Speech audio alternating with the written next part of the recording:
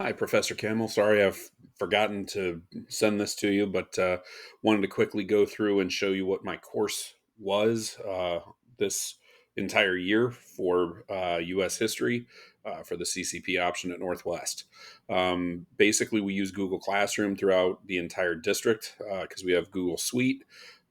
So it gives us a couple of things that we have that kind of give us a leg up on, at least for our students, getting compatible.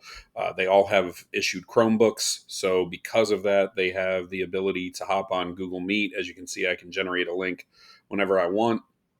To do online coursework, especially for my three remote students that I had this year, one of which was a CCP student. So I can still do small group discussion. I can still do a remote learning day if necessary, and was able to do some Q&A sessions, especially over the books, which we were able to do. I didn't record the Q&A session with my at home learner, but I'm going to send you the link to the YouTube classroom session that you had asked me to provide so that you could cover my observation. Again, the students would join in. The stream is just my list of kind of additions and what I put into the class throughout the year. The main thing is the course, or the classwork, I should say. I divvied it up throughout. Kind of, these are the AP students and what they need to do, and these are the CCP students. Their final assignment here, the only one that's left in here because I usually clean it out so it's not so cluttered. They had to read books throughout the year. So if you noticed on my syllabus, they have obviously a textbook that they are given. It's the American Pageant 16th edition, but they also were required to read three books. And a smattering of primary source documents from Lincoln, from FDR, and then some civil rights leaders. The books that they had to read, the first one they had to read was Founding Brothers, and that was in the first part of the year when we were inching up towards the colonial era and then the Revolutionary War. So they had to read Founding Brothers by Joseph Ellis. Then after the Civil War, they had to read Bury My Heart at Wounded Knee.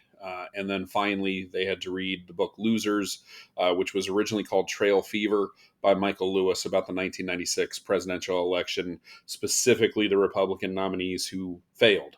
I use that as kind of a wrap up to the year, a opportunity to talk about politics a little bit, and more importantly, political parties and elections prior to them transitioning over to taking either AP or CCP government next year. So as you can see, they had an assignment over Losers. Their assignment was basically that they had to,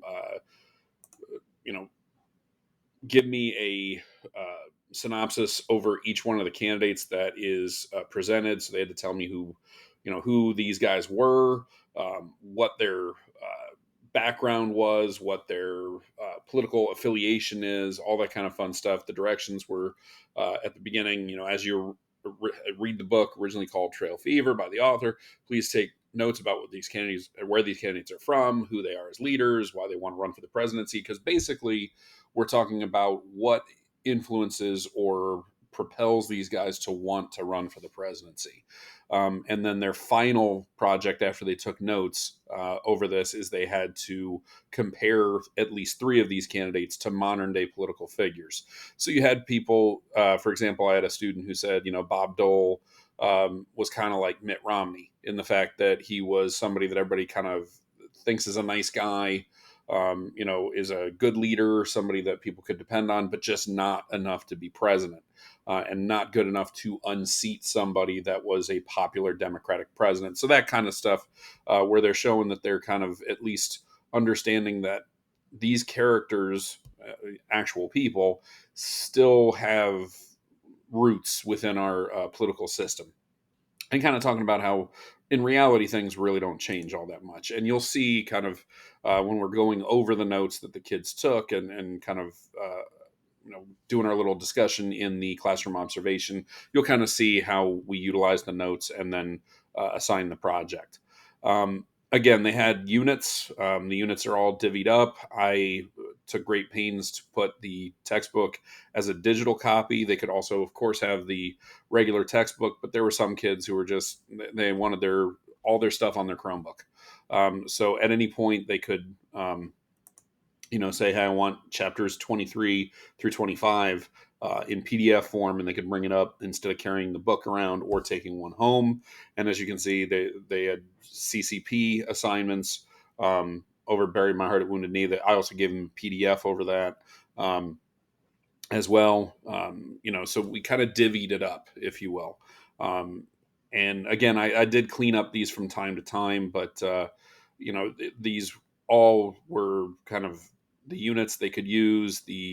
Uh, it didn't. I didn't ever take away the actual resources. So whether or not it was, let's say, the very first one I ever give them, which is a Google Doc of Columbus and De Las Casas.